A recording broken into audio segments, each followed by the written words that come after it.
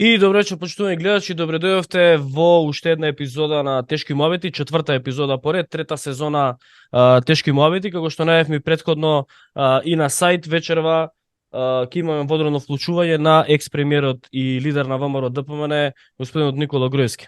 Господине Груевски, добро вечер и добре дојдовте во студиото на Инфомакс, макар вака и виртуелно. Добро вечер, поздрав до вас и поздрав до сите што не следат вечера. Веднаш и на секаде. Веднаш да започнеме со прашањата, со темите. Вечерва подпредседателот, актуелниот подпредседател на ВМРО ДПМН Александар Николовски на медиумите предаде едно USB, во едно интервју предаде USB за кое тврди дека се содржани измените на кривичниот законник, кои што наводно вие сте ги напишали и сте му ги предаде на Али Ахмети и на Талат Джафери. Благодарам за прашањето, дознав за тоа попладнево. Имаше некој обид тоа да го демантирам преку медиумот кој што практично го правил интервјуто, се слушна со новинарот Васко Попетровски, за жал тој немаше во моментот техничка можност да го изведи тоа, па со обзир дека и вашиот медиум покаже интерес, еве на овој начин да одговорам.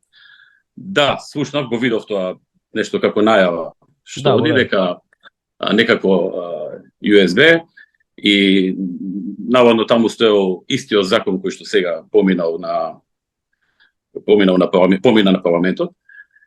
Значи, како да ви кажам, тоа е како бел лист хартија со нешто напишано на него искуцано.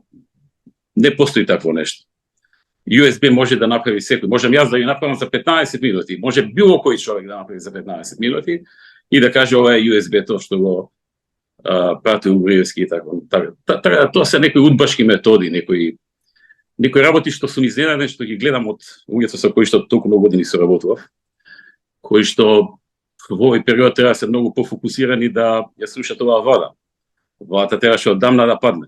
Тие беа зрели за паѓање уште во 2020. А од тогаш до сега уште многу пати. И не знам зошто се занимаваат со овие глупости. Кога цел народ знае дека на USB што и да напишете, можете да кажете ова USB од Александар, од Никола, од Рајко, од Петко. Чудно, многу чудно. Такво нешто не постои. Значи, секој може на USB, на компјутерот да си го крсти Никола Груевски и да ја рече ова USB од Никола Груевски и содржината во него. Значи, и уште една работа важна. Ако веќе јас сум го нарачувал сето тоа, претпоставувам ке сум го нарачувал за сите мои како се викаат предмети, а не за еден предмет, како што е во случајот. Така што прилично прво не можам до ден денес да разберам зошто тргна во една ваква операција на еден брутален напад од мене. Имам некои претпоставки, меѓутоа не можам со сигурност да кажам. Прво мислев некој да не им подметнува, да не ги лаже, не го исклучувам и тоа. Варијанта исто така дека може би се принудени, уценети. Некоја трета страна бара да го права тоа. Има и други варијанти, во секој случај прилично ефтина приказна, прилично така звучи она удбашка од време на социјализмот, еве, ваквов доказ, кога нема ништо во тоа. Секој може да си напише, ја можам за 15 минути да напишам писмо и да кажам ова е од Александар Николовски. Што го не знам, Александар Николовски му дал предлог на Али Ахмети, например, дека ако има во октомври избори, ќе коалицираат со други.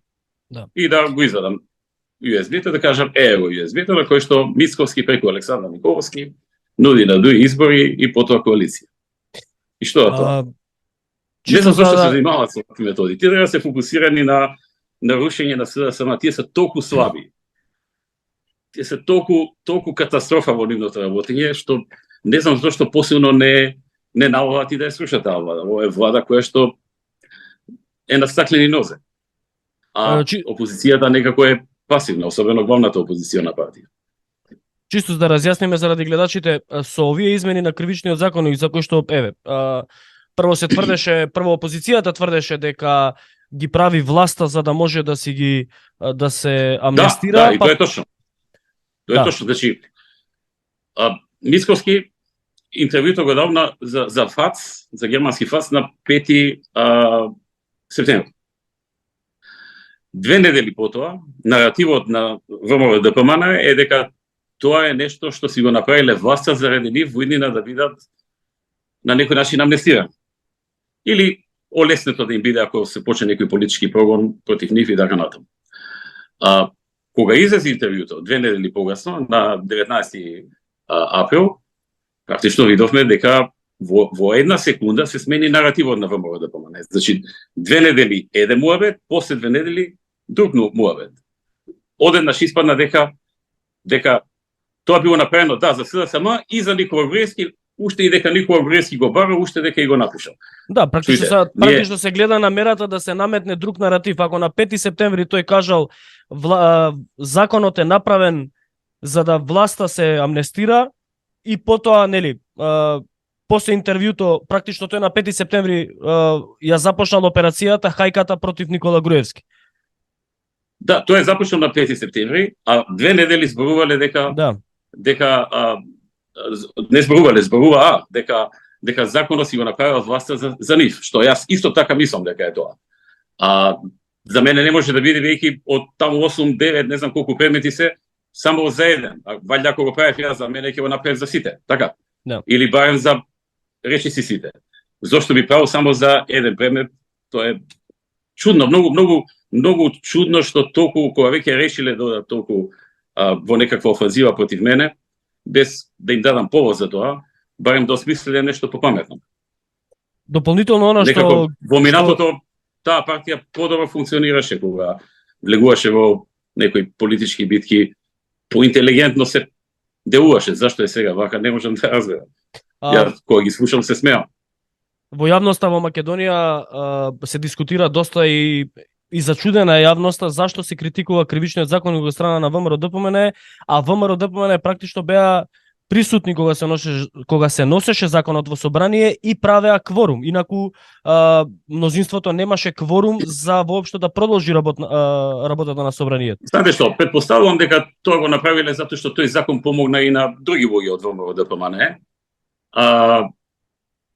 Така што тоа е тоа. Тој закон, според моје мислење, е правен за власта да си ги олесни евентуално некои прогони во иднина, да си ги олесни, а некој како колатерална корист, нели обратно од колатерална штета, е што, не знам, 5, 6 или повеќе поединци од ВМРО ДПМН на некој начин, што имаа по еден предмет, по 2 предмети, се ослободија целосно, односно на тој начин ќе им се застава делата. Кај мене ситуацијата е друга, кај мене трупа колку што може да натрупаат, измислуваат колку што може да измислат.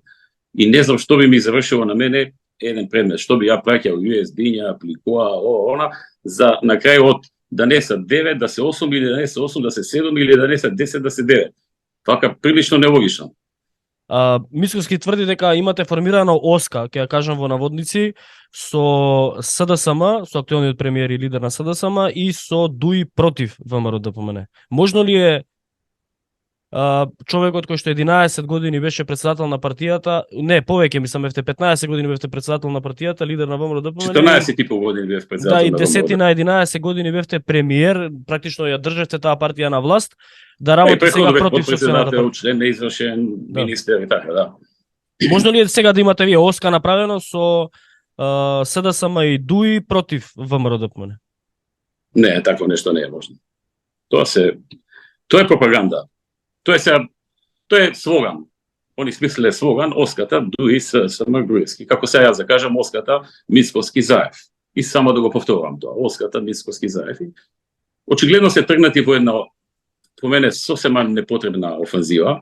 Не знам дали некому мора тоа да му го испорачаат, дали е тоа на Заев, дали е на некој друг центар. Дали некој им има нешто подметнато, не можам да разберам. Дали сега се чувствуваат посилни, па ајде сега со Груевски се пресметаме, па еве можеби ќе личиме уште посилни. Не можам да ги разберам. Мислам дека само губат од ова. Обично еден лидер гледа сите да ги поти, да ги обедини, да партијата биде посилна, да направи поголема победа. Овде некако гледаме обратни процеси и не можам да ги разберам. Вие тврдите дека се сомневате и практично и сега во одговорот на ова прашање се сомневате дека постои соработка. И уште нешто да ви кажам, што они тврдија дека не тргна приказната само за законот. Тргна приказната дека тука имало во Будимпешта тајни средби. Да, тоа ми беше прашањето, да. документација, фотографии, делегации од власта доаѓале. Па те доаѓа Атан Груби, те доаѓа Али Ахмети, те Зечевич, кој ли не наредија, сме го преговарале тука законот. Се испада не сме го преговарале законот, туку пред 2 години сме го пратили. Па дека тајните средби не биле, се испадна од последното интервју на Мицковски дадено за Алсат, излезе дека не биле тајните средби сега, туку пред 8 години биле. Во 2015 во рамки на Пражинскиот договор, кога се преговараше Пражинскиот договор. Така да кажуваат, па се демантираат, некако конфузно, нервозно, неподготвено. Не можам, навистина не можам, не знам што се случува кај тие луѓе таму.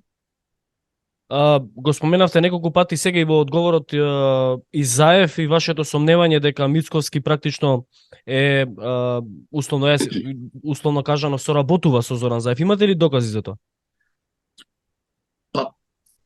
Тоа е еден портал во Македонија, мислам дека 2 или 3 недели секојдневно го објавуваше во многу детали. И никој не го демантираше, ниту Заев, ниту Мицковски. Кога 2-3 недели нешто е топ тема, во кое што се двајца така познати политичари во државата и тие не даваат никаков демант, на некој начин тоа е доказот. Тие бегаат од таа тема, дури има впечатление дека новинарите се плашат да ги прашаат.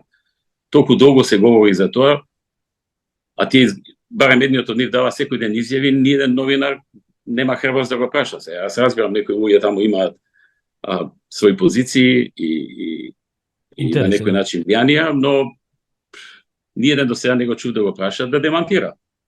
Затоа што имаше многу детали во тие надписи. Многу детали. И невозможно е лидер на опозиција да не ги издемантира тие детали, ако навистина тоа не се случило. Од друга страна гледаме дека во последните година дена скоро да не го спомнуваат Зоран Заев. Настрана што имам други информации, да не личам сега како нив, они во самиот штаб се изборуваат дека он ќе им помогне и така натаму. Тоа ми е чудно мене, не знам што ќе им помогне. Заев е познат пазарџија, тој и да им помогне, нема да им помогне така. И веројатно има таа помош некаква цена. Не знам на која идеологија градат, на кој концепт сето тоа се прави. Тој до вчера беше главниот желат на прогонетите луѓе од ВМРО-ДПМН. Човек што стои за политичкиот прогон на плеада афирмирани личности од ВМРО-ДПМН кои што дадоа огромен свој допринос за развој на државата во едно време кое што многумина го доживуваат како Golden Age во Македонија, особено во делот на економијата. Така што сето тоа ми е многу чудно. Еден човек кој што ги однесе во затвор без никаква вина, еден куп луѓе, ги носи по судови со години, тој да ви биде сојузник, чудно ми е. Од една страна, од друга страна нема демант. Еве можеби да речеме дека тој портал изнесува невистини. Еве го оставаме и тоа како отворено. Тогаш зошто не ги демантираат тие невистини? Мислите дека оваа хајка против вас е поттикната токму од Заев? Мислам, хајката која што ВМРО-ДПМН и Мицковски води против вас дека е поттикната од Заев и од неговата нетрпеливост кон вас? Не можам да го исклучам тоа. Односот на Заев кон мене е познат. Тој видовте што се не направи да ме доведе во ситуација во која што ме доведе. Тој сакаше да ме внеси во затвор, од каде што веќе добивав пораки дека едва и ме чекаат. Во смисла на закани по мојот живот. И не можам да кажам дека тој човек се откажал од некои понатамошни чекори или пак дека не е исплашен од евентуално мое враќање порано и така натаму. Така да можно и тоа, ако таа соработка е таква како што се зборува дека доста интензивно и често се гледа дека имаат заеднички планови за иднината, не знам, таму беше наведено 2 мандати коалиција СДСМ, ВМРО, ДПМН под негов патронат, СДСМ под негов патронат. Тогаш можно и тоа, тогаш јас сум вишол во тој дел. И не сака да ме видат таму.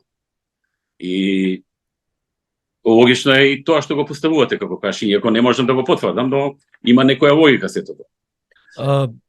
Е дел од наративот на Мицковски и на раководството актуелно на ВМРО-ДПМН беше дека вие имате наводен договор со актуелната власт да се вратите во Македонија и од тука да делувате во насока на разединување на гласовите на ВМРО-ДПМН и со тоа да се обезбеди да се притисне практично пратеничката група на ВМРО-ДПМН да се обезбеди да се обезбедат доволен број на пратенички гласови за уставни измени. Па имаше Нема тврдење такво дека нешто. вие сте контактирале со пратеници, дека сте ги убедували. Има ли такво нешто? Сте убедували или пратеници се ували? Имате ли контакт со некој од пратеници? Па јас најмалку година дена немам разговор со ниту еден пратеник. Исклучувам тука некој ако ми честитал нова година, со порака, па сум вратил со порака, кратко благодарам, честитки воцрати и така. Јас разговор со пратеник најмалку година дена не сум имал, а и пред тоа многу ретко и никогаш на оваа тема. Еве, ги повикувам пратениците, еден ако има, на кој што сум му се јавил на оваа тема, или било како, може би тој ми се јавил или било како, слободно нека излезе, нека каже. Јас оваа тема многу не ја загатнува во медиумите, затоа што ценев дека ако излезам некаков мој став, ќе личи дека она што го напаѓа цело време Мицковски, дека јас му диктирам нешто од Будимпешта и така натаму, нели тоа е наративот на СДСМ со години. И обично кога е некоја таква ситуација, се обидувам да си оставам партијата, си зборувам на темата за која што е актуелна, да не се мешам во тоа. И зборувам за теми поврзани со минатото, проекти што биле завршени, проекти што сме ги планирале во последната програма. Го демантирам СДСМ некогаш кога ме напаѓа, така што не се осврнувам, многу поретко се осврнувам на дневно политички актуелни настани, за да не излезе дека јас диктирам некои чекови, особено ако позициите се исти, слични или така некако. И тогаш со право ќе кажат, па види, тој им ја диктира темата што да зборуваат и позициите. И од тие причини одбегнав, меѓутоа многу бев посветен на вториот дел од ова прашање, кој што доправа ќе дојде, а тоа е прашањето на историјата. Да, тоа ми е следното прашање. Иако напишавте во едно ваше обраќање на Facebook, на вашиот профил, дека ги повикувате и апелирате пратениците да не гласаат за уставни измени, тоа се третираше од оние, како да кажам, гласноговорници на ВМРО-ДПМН, како да не постои таков став, како да не сте го кажале тоа, па еве бараат одговори, демек Никола Груевски да каже дали е за уставни измени или не е. Еве, сте за уставни измени, поддржувате уставни измени или не? Не, јас кажав дали стојам за тој став на партијата, да, не треба да го менува и онака менуваат многу често ставови. Тоа е ставот, треба се тера со тој став. Но клучното прашање за понатаму, клучното прашање е историјата. Ова не е ни 5% силно и значено колку што е прашањето за историјата. И тоа е клучно и за Бугарија. Бугарија бара да прифатиме дека до 1944 година, 2 август, заседанието на АСНО, граѓаните што живееле, нашите предци во Македонија, сите се чувствувале за бугари. Говореле дијалект на бугарскиот јазик и висови тоа историјата на тие луѓе и на нивните преходници претходно била дел од бугарската историја. Тие кога кажуваат општа историја, што во превод значи заедничка историја, тие мислат на тоа. Тие не мислат заедничка измешана, тие мислат на практично на нивната историја, на историјата на Бугарија. Ние сме биле блиски народи, сме имале и позитивни и помалку позитивни ситуации низ минатото, меѓутоа македонската нација не е создадена на 2 август 1944 година, има докази за тоа. И тука ќе се крешат копијата. И тоа прашање треба на време да биде аргументирано одбиено. Не е поентата дали тие ќе ни дозволат денеска да се нарекуваат македонци. Сите нивни првенци во политиката викаат како сакат нека се нарекуваат. За денешно време. Македонци нека се нарекуваат, јазикот македонски, но да прифатат дека до 2 август 1944 година си биле бугари. Тоа е историска лага. Тоа не е точно. Може би имало мал дел што се чувствувале бугари. Тие одати на онаа карта според Милет системот на Отоманската империја, немало македонска црква, имало патриаршијата и екзархијата, бугарската екзархија. И повеќето од луѓето во Македонија, не сите, но повеќето оделе во бугарската, немале избор. Значи, тоа е бил изборот. Или одиш во бугарската, или одиш во грчката. И луѓето тогаш најчесто се нарекувале според црковната припадност. Тоа не е етничко изразување. Но постојат многу пишани докази дека се чувствувале македонци, дека се чувствувале засебно од бугарскиот народ, кој ни бил близок и тогаш и сега, меѓутоа засебен. Да. И тоа е клучното прашање, затоа што ако на тоа прашање се дозволи да се направи некаков преголем компромис, тогаш тие секогаш во иднина ќе полагаат некакво право на Република Македонија. И тука треба многу да се внимава. А гледам дека многу ретко од опозицијата на тоа прашање ставаат акцент. Дури некои ги забележав, има наратив, ми се чини еднаш и Александар Николовски, во една прилика за нас е најважно да признаат дека ние сме македонци. Нема проблем, одма ќе признаат тоа, ние сме македонци. Само да им подпишеме дека до 44-та сме биле бугари. Тоа значи дека потоа вака со еден економски жаргон сме станале ребрендирани. Сме се ребрендирале во македонци и нели они имаат наратив дека потоа тоа со сила било србите, со тортура, со човечки жртви и така натаму. Тој дел е клучниот во односите со Бугарија и тој ќе ни биде оној дел во иднина на кој што најмногу ќе треба да се внимава. Ако за тој дел се помине вистината, тогаш имам надеж дека побрзо ќе се разрешат проблемите. Уште две прашања имам. И она што разбирам, ставот на партијата не е дали да влезат или да не влезат бугарите во уставот, туку кога тоа да стапи на сила, дали да стапи веднаш или да стапи кога ќе влеземе во Европска унија. Во ред, не се мешам во тој дел, нека си тераат како што мислат, нити сум убедувал некого, нити планирам да убедувам. А уште помалку некаков разговор, тие го предизвикуваат разговор. Да се надоврзам баш на ова, дали сте убедувале некого или не. Си имате ли слушнато вие воопшто со Мицкоски, си имате ли видено со него, имате ли некој состанок направен од како е лидер на партијата? Не, знаете што? Мицкоски, откако стана председател на партијата, го сретнав само 4 пати, помеѓу крајот на декември и февруари 2019. Потоа ја прекина комуникацијата еднострано и прв пат ме побара пред во оној период кога имаше исклучување од партијата, па имаше доста негодувања од поединци и така. Тогаш ме побара, 2-3 пати се видовме, ништо посебно значено разговор. Потоа дојдов во Будимпешта и од тогаш немам апсолутно никаква комуникација, ниту лична, ниту телефонска, ниту со пораки по телефон или слично. И тој насекаде се фали со тоа. Тоа е прилично гор што нема никаква комуникација со. Има уште едно прашање. 8 години не сте лидер на ВМРО-ДПМН, не сте активен во политиката. 5 или 6 години сте во Будимпешта и се уште сте најпопуларен. Не полни 5. Не полни 5. И се уште сте најпопуларен политичар во Република Македонија. Како го доживувате тоа? Таму на различни прашања различно се одговара, зависи од прашањето како е. Не, последната анкета на која што се прашуваше, повремени анкети што излегуваат, зависи како е поставено прашањето. Меѓутоа, сепак очигледно е дека ако некој не е активен, а јас освен по некоја објава на Facebook и не сум нешто посебно активен, практично не сум активен политик, не дам интервју, ова ми е прв пат после февруари 2019 прв пат ми е, требаше со Васко Попетровски, но заради немање некоја техничка можност, па го прифати вашата понуда. Прв пат давам интервју после февруари 2019. Тотална неактивност. По некој Facebook статус за историја, за некои проекти што сме ги завршиле, во иднина што ќе ги завршиме и така натаму. Најверојатно граѓаните не се задоволни од актуелните политичари во овие 4-5 години, што толку многу се сеќаваат на некои други времења со некои други активности, односно резултати од активностите што ги имавме. Предпоставувам дека е тоа.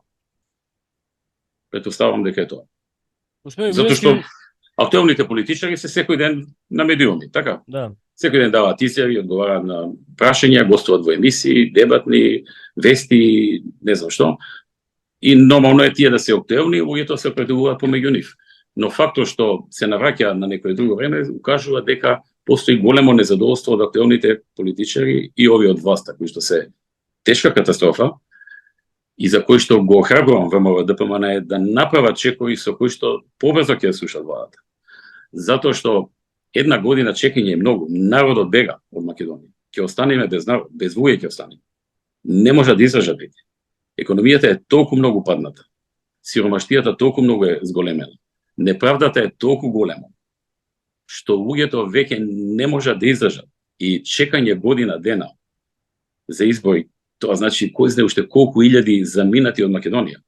И треба многу конкретна понуда. Треба квалитетна понуда. Не понуда СДСМ ако вика А, ние викаме Б. Треба обмислени проекти со пресметка. Ние, например, кога правевме програмата во 2016 година, со недели правевме пресметки дека тоа е остварливо. Ние имавме уште толку идеи. Ама не, свесни сме дека у тие 4 години нема толку пари за толку идеи. Ајде приоритизација. Ајде после колку секој од нив колку чини. Па поделено во не знам колку години и така натаму. Значи треба обмислена понуда, квалитетна понуда. Колку што гледам, граѓаните се подготвени да излезат на протести, на демонстрации за побрзо паѓање на оваа власт. Но потребна е и поголема активност на ВМРО ДПМН. Треба на тоа се фокусираат, а не да влегуваат во вакви шеми, во кои што кој знае кој ги втурнал. Или пак не знам дали се резултат на некои нивни проекции, дека нешто читав низ медиумите блиски до ВМРО ДПМН, дека не знам тоа ќе составува подобар коалициски капацитет, дека ќе привлекле повеќе независни гласачи, ќе привлечат независни гласачи ако дадат квалитетна понуда. Ако се активни, ако се борат за граѓаните, а не ако чекаат некој да падне за они да дојдат. Тоа е тоа. Мојата порака име се јас се трудам да се возражам. И во овие Facebook надписи овие денови откако ме нападна брутално, јас се трудам да се возражам, да не кажам некои работи што ќе им направат голема штета. Јас имам многу информации и од времето кога сме биле заедно и потоа, но можеби вие забележувате прилично воздржано зборувам, иако сум незадоволен за многу работи. Но не е важно тоа. Важно е да се смени оваа власт и да дојде некој што ќе помогне на граѓаните. И затоа ще дам зборови, внимавам што зборувам.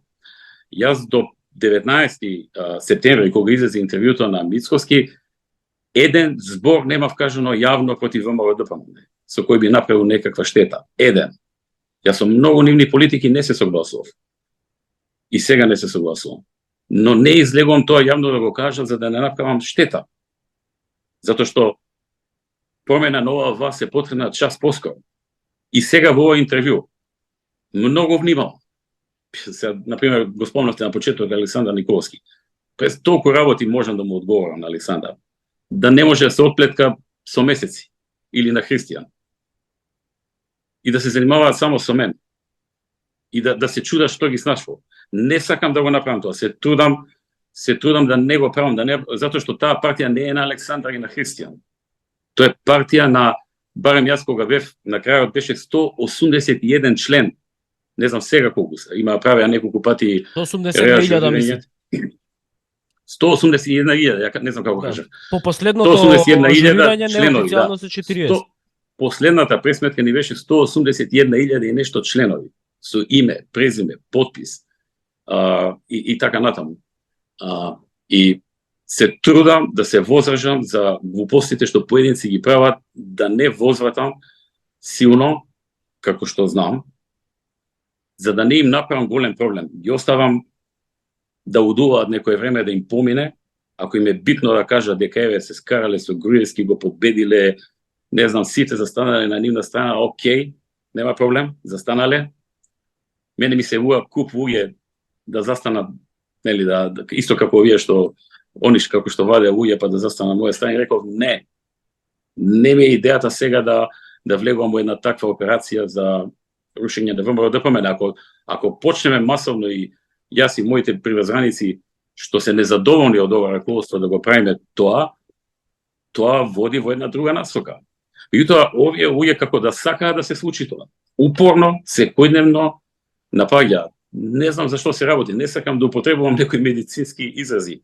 Не е згодно сега тоа да кажам и тоа ќе направи штета. Меѓутоа, сулудо е се тоа што го прават. Нека си се фокусираат за тоа за што постојат. За тоа за што ги избрале. Господине Груевски, бидејќи тука некаде завршува времето за овој Zoom повик, ви благодарам на вклучувањето, ви благодарам на интервјуто и на ставовите. Благодарам и на вас за повикот. Јас се трудев да не давам видео интервјуа, меѓутоа, еве, премногу шпекулации се појавија, премногу интриги, премногу лаги, премногу зла крв. Се трудев да го менаџирам сето тоа без многу силни возвратни удари и се уште се трудам. И се надевам дека работите ќе тргнат во некоја подобра насока, попаметна, но доколку се решат да се занимаваат со мене до изборите и со вакви глупости, тогаш тука сум нема проблем. Ако тие решат да го прават. Почитувани гледачи, тоа беше вонредно вклучување на екс-премиерот и лидер на ВМРО ДПМН Никола Груевски.